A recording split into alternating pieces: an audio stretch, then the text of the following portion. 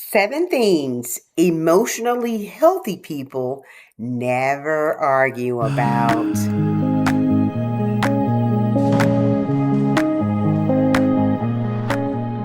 So, guys, have you ever won an argument but lost your peace? Let's think about it. I know I won that argument. Did you? Wait a minute. What just happened? What did I give up? What was I actually thinking, right? Back in the day, I thought winning an argument meant proving I was right. I knew I was right. But as you grow older, you start to realize something surprising, and that's emotionally healthy people don't win more arguments. Sometimes you may me think, oh, you won that argument, but did you really win that argument? Or did they just realize, look, what we were talking about wasn't even worth it, okay? They know when, so emotionally healthy people know when and when not to wage a battle. If it's something that's trivial or will not change the course of their life or other people's lives, they feel like there's no need for me to go down this rabbit hole with you. I'm just going to leave that one alone, right? But I do want to tell you guys that today, I'm sharing 7 things that emotionally healthy people simply just refuse to argue about, right? So let me explain to you, before we get into those 7, I want to give you a few little pointers about emotional maturity. And it doesn't mean that you actually try to avoid conflicts. What it means that you know when and when not to add your 2 cents in, right? So it's basically what I wrote down is it's about knowing what deserves your discussion, your input for that discussion, what deserves some type of boundary, like I don't think I want to go down that road with you, and what actually deserves your silence. Just think about it. Have you ever been on social media and you see some arguments being waged and stuff like, do I want to add you have an opinion, but do you really want to go down that road and share your opinion? Even though you got some strong evidence to show that you're right. Sometimes it's not even worth it, right? Let's get into these, right? Let's get into these 7. Here's number 1. They never argue to protect their ego. I bet you're like, what? Yes. So, yeah, they don't argue just for the sake of, oh, I got to put this out here because it's my pride. I feel like I'm being slandered, or you feel like you have to be right over something that's trivial. Let's say you're arguing over who's the best football team ever. I mean, that's subjective. Depends on a lot of things, right? But it's always an opinion, right? It's hard to measure that. It's nothing that's quantifiable. But you just have to add your 2 cents in because you know that you're right. You know your opinion is right? They feel like there's no need to argue that because, will it change anything in life, right? And sometimes too, people want to have the last word. So they realize, it's not even worth it trying to make sure that I get the last word in, if it may damage something else in return, right? The key point for this one is that healthy people don't need to win. And in your mindset, I just won that argument. Do you actually really need to win? I've learned a lot. I've been in this relationship with my husband upstairs. Man, back in the day, I'm like, I got to win this argument. And now I know it's not even worth it. We both want peace. Most people want peace, right? So we just kind of learn to tone that down. Like, nobody agrees on everything. So you have to just learn when to choose your battles, right? So you have to ask yourself, do you want peace? Or do you want to actually win this trivial argument, right? Or you just want to be right? Which one do you want, right? The second one is they don't argue over someone else's opinion. That's someone's opinion. That's truly non-negotiable. That's someone else's opinion. Especially if you start name calling and things of that nature, that's not even worth it, right? Of course, nowadays anybody that's on social media will see all kind of opinions out there, not just from your friends or your, associates, but even from the national media. Sometimes they're just op-eds. They're opinions. We tend to sometimes take those opinions to mean facts. It's just different, right? That's someone's opinion. Oh, I think that, like we just wrapped up FIFA. Oh, I think Argentina should have won because of this or that. Well, I mean, they lost, so that's just your opinion. In life, you encounter a lot of this. I wrote down some things. Of course, you actually see it on social media abundantly, right? We're about to roll into college football season. Anyone knows me know that I love college football. Hey, I'm wearing red for a reason today. Okay, go Dogs.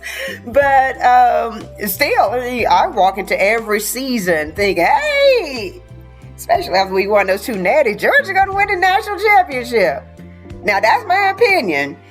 Do I sometimes really feel strongly about that? I don't know. But, when I see them lose, I'm like, how did that happen? Because that was just my opinion. I thought my opinion would become factual, is what it is. So you just don't argue over someone's opinion. Family opinions too, right? I mean, we got a big family. We just got together today to celebrate my mom's, it would have been her 90th birthday, and she absolutely loved the Braves. The Atlanta Braves. So she had we had a Braves themed birthday party for her and watched the game together at my niece's house, and it was wonderful. But still, like family opinions, you get all of us together, you may see some sparks flying once in a while. A lot of times it's just somebody's opinion. My brothers were talking about who would be the starting quarterback for the Falcons. It's an opinion, I'm happy it didn't blow up, but yeah, they had difference of opinions about that. Here's one that I try to stay out of, especially in the public. Now, I do have some opinions about it, but I'm not going, because again, I'm not going to put that out there in cyber world. Just not. But politics, you see that a lot, whether you feel it like, oh, this is the first time we're experiencing this. Rinse, recycle, repeat. If you know anything about politics, you'll see a lot of stuff that's happening now. This ain't the first time this has happened, right? So there's a cycle. Because when you live in a country that has more than 300 million people in it, there's a lot of different opinions floating around here. And for whatever reason, if I can go down the reason why with a lot of this stuff, because of, why psychology plays a role in it. But still, again, too, if someone is expressing their opinion, it is okay to have conversations, but when you start that name calling and stuff, just don't do that, right? And here's one that I know back in the day, I would participate in it and really didn't even realize that I was doing it. I learned not to do, I'm in midlife now, so I definitely don't do that, but I hear it. And this is one, I'm talking about gossip. Just talking about people, right? Just don't do that. Especially spreading falsehoods on stuff that's not even true. Like, why? We need to respect each other. We need to lift each other up. And me, if I hear like, wait a minute, what's going on? Let me call that person up and see if I can help them. Because that's the kind of person I am. I really didn't like it even when I would hear it as a child. And that's something that I really don't engage in. But I hear it, and it turns my stomach sometimes. I'm not going to kid you guys about that. So this is what I want you guys to understand, that someone else's opinion doesn't define your value. That's their opinion, right? So, because emotionally secure people don't require universal approval. You don't. No. I remember when I was in high school, I wanted people, oh, please see me for who I am. I am a wonderful person. Now I'm like, I really, you know what? I'm going to be me.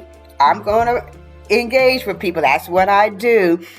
I love to see the good in folks and encourage them to grow.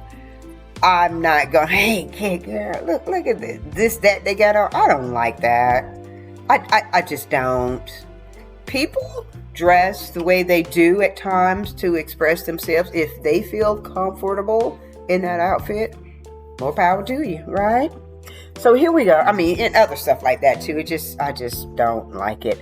Anyway, the third one, hold the right numbers. The third one on my list is they don't argue with people determined to misunderstand them. It's a lost point. They've already made up in their mind that they feel that you are this kind of person. So what is the point? You know, here's what I say about that. Proving is believing. You disprove that. So this is one of my favorite points too, like manipulation. People trying to manipulate you. People ain't stupid. People can tell you trying to trick them out of whatever they want from you and not being genuine. People can figure that out. So just kind of watch that, right? Gaslighting. Come on now. You see a lot of gas. What a version. Look, all you have to do is turn on YouTube once in a while. You see all kind of gaslighting out there. I'm like, oh my God. Are you serious? I don't have time for that kind of stuff. But yeah, you know, it happens, right? And these circular conversations, right? It's like, why did the chicken cross the road? Well, oh no, I'm sorry. Which came first, the egg or the chicken? It got a circle. So where are we getting with this? Why did we even bring this up as a conversation, right? You have to understand that sometimes. Because see, sometimes people don't want to understand. They want to live. They're going to hold on to those perpetual lies because it kind of reinforces their beliefs regardless. Even if you try to tell that person, look, I know this person, they're not like this. Okay, whatever. They don't want to hear that. They want you to confirm what they already feel about that person. And you present a different light, the one that they're not looking for, you kind of useless. Then they think you're gaslighting them. Like, no. And people already have conclusions already drawn, which is not a good way to operate. Here's what I wrote down for that. Never waste explanations on people committed to misunderstanding you. Yeah. I mean, you start to see that after a while. You talk to somebody, I'm like, oh, okay, so you just want to feel this way about this person anyway, so it doesn't really matter what I say because you're not going to listen. You've already made up a conclusion, drawn a conclusion about this person on usually scant or misinformed information. Okay, gotcha. So fourth, they never argue about healthy boundaries. Can't do that. Yes, this is what healthy people will do. They will never argue about healthy boundaries. Everybody needs a break. Now, I did a video about this one once before. Like, if you are in a committed relationship and stuff, you have relationships with other people too, possibly. And what I'm saying, like, you may have children. You have a relationship with them. If your parents are still around, a relationship with them, siblings, all these other people, friends and stuff, you want to spend time with other people. And so if you lay that foundation, look, this is what I'm going to do. I want to just go spend the weekend with, let's say, my friend Janet. You know, we're going to go somewhere this weekend, or Bernice. And, my husband said, okay, have fun. Like, I may be going somewhere tomorrow. I'm not sure. But yeah, he already knows that I may be going off with my daughter. But not only that, just I was talking about like weekend stuff, but even like if you have other things already scheduled, and someone present, hey, why don't you come to this barbecue? Like, I can't do it this weekend, or I can't help out this weekend. I do apologize for that. People like this understand when to say no, or when to draw that line and say, okay, my plate is kind of full right now. This is all that I can input right there. And here's another thing I wrote down. If you do live with somebody else, we all need that alone time. That's time for us to do some reflection, to think about things, not even just think about our relationship with the person we're living with, but everyone else that are in our lives. Everyone else that are in our lives. Okay, I need to reflect on some things, to kind of do a self-reflection, not necessarily looking at how they treated you, but how you can improve. You always should be looking to try to grow and prosper, not try to control other people. Wrong focus. You should always be focused on your personal growth, right? So here's some examples. I said, I can't help this weekend. I need time alone. Learn how to say no. Boundaries aren't negotiable. They're information. Healthy people understand that, right? I'm going to go to the spa this weekend with my daughter. Oh yeah, have a good time, right? Hey, 5. They don't argue with manipulative behavior. Oh, honey, I cut that off. No, I'm not doing it. I see where this is going right now, so we're not going to go down that road. What is it that you want me to help you with other than that? Because I'm not going to entertain. And that's what I'm saying, like manipulative behavior. Oh, please don't engage into that. You made me feel this way when you went off and spent the weekend with Janet and Bernice. Oh, but I told you I was going with Janet. I'm not saying he did this. I'm just using this as an example because he doesn't do that. But I felt alone. You shouldn't have done that to me. Yeah, maybe you should do some self-reflection and try to figure out what you should do when I'm gone, right? Silent treatment. I'm not talking to you anymore because it's kind of like throwing a tantrum, right? I'm going to give you the silent treatment because you won't let me have my way. You won't listen to me. Okay, you have fun with that. You just absolutely have fun with that, right? Emotional blackmail. Now, I've been home for the whole weekend and I had nothing to do and you shouldn't have done me that way. Oh my Lord, manipulative behavior. It kind of reminds me, it's a funny story. My son, when he was a little person, probably about 4 or 5 years old. So he wasn't that old. And I remember we went to the store. Now, he was always one of those. He's a kid. He like most kids. When you go into the department store, I'm ready to go to the toy section. I want to go to the toy section. I'm like, okay, look, this is what we're going to do. Now, I got a list here. I always tell her this before we go in. My daughter, of course, she was a little older, but she never acted like that. I'm like, I got to pick up these things, okay? I'm going to gauge your behavior. And when we complete this assignment, we'll go over there to the toy department and let you play around with a few things, and we'll see how it goes. Now, he didn't get a toy every time, but sometimes he would. But this time, I guess he just realized, look, you know what? I already know where this is going to go. She's trying to get me to act a certain way. And so after I act that certain way, we're going to go to the toy department and she's not going to let me buy a toy. No, you can't come home with a toy every time we go shopping. So he decided, nope, I want it now. Now I'm like, oh, okay. So he get on the ground, he throws a tantrum. I say, oh, okay, so you just want to show the world what's going on. You're thinking that I'm going to say, oh, please don't do that. Let's go get you a toy. No, that ain't what I did. I got down there with him and started kicking too. I said, oh, this looks like it's fun.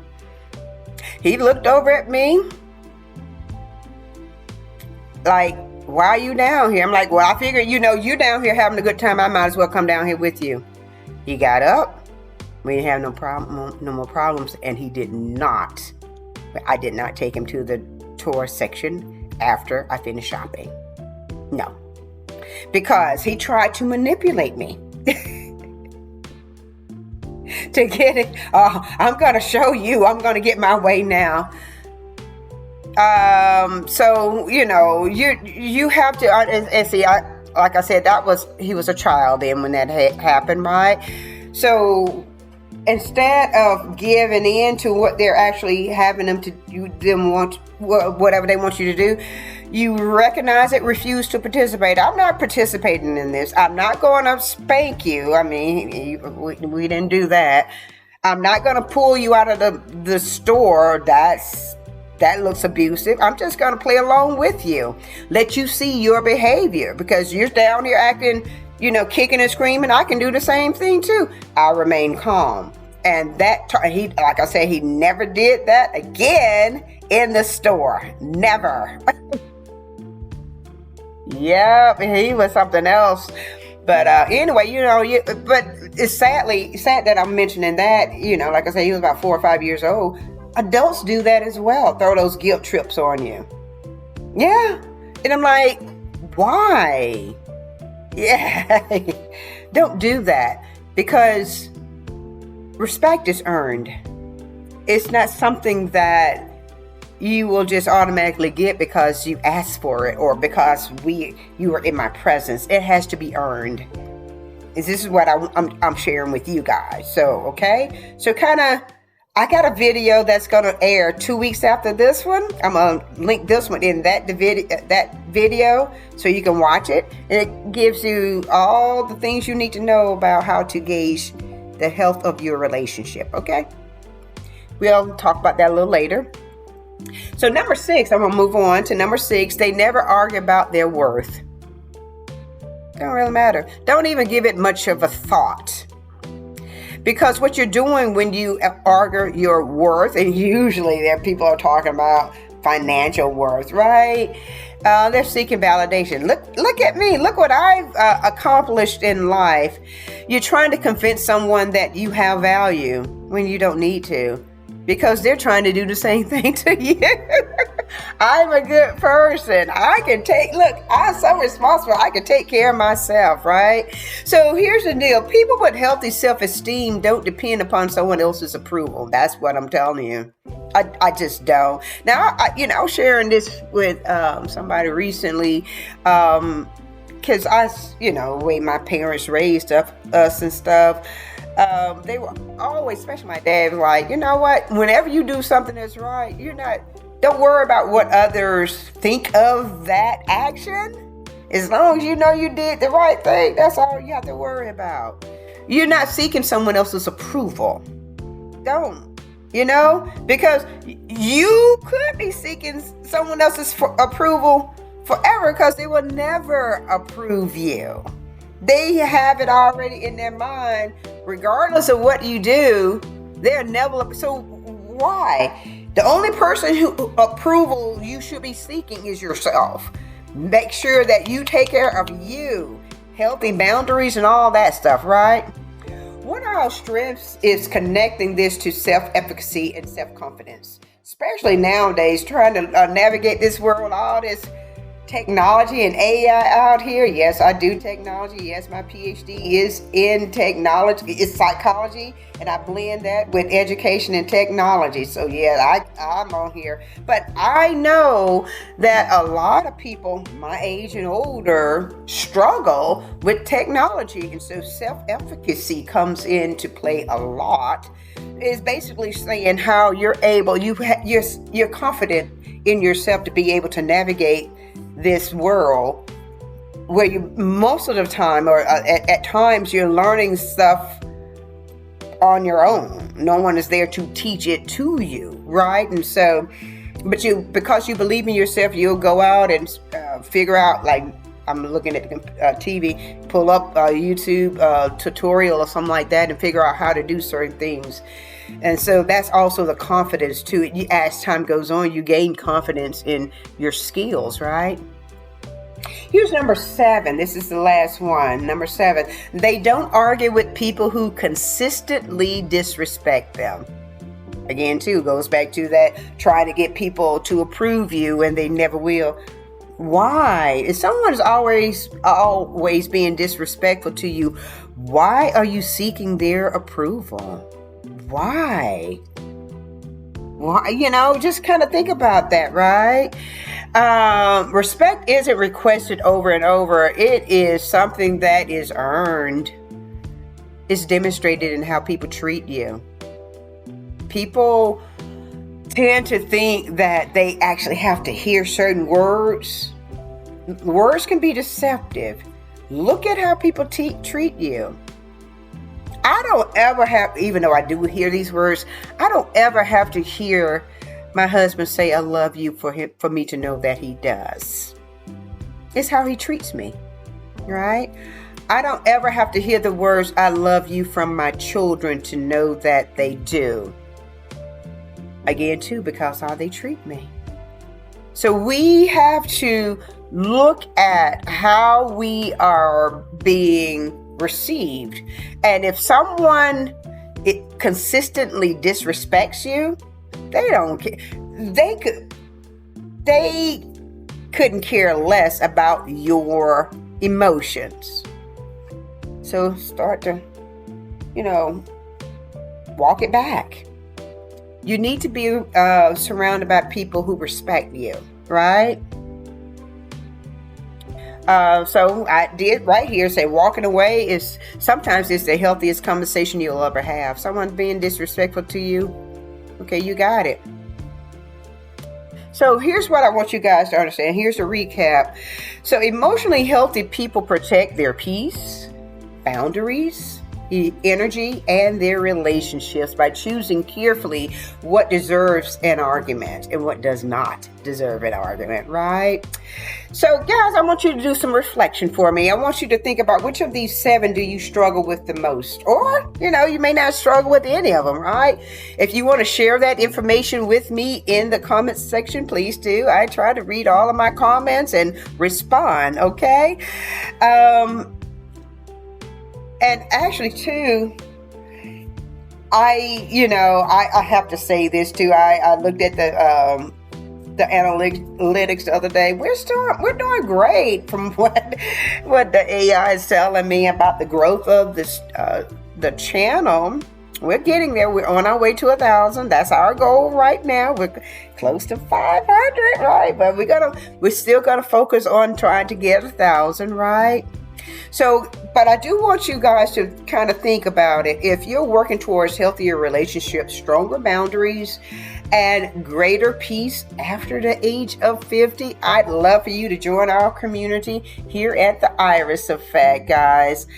And in closing, you guys already know that we are aging boldly. You guys have a good one.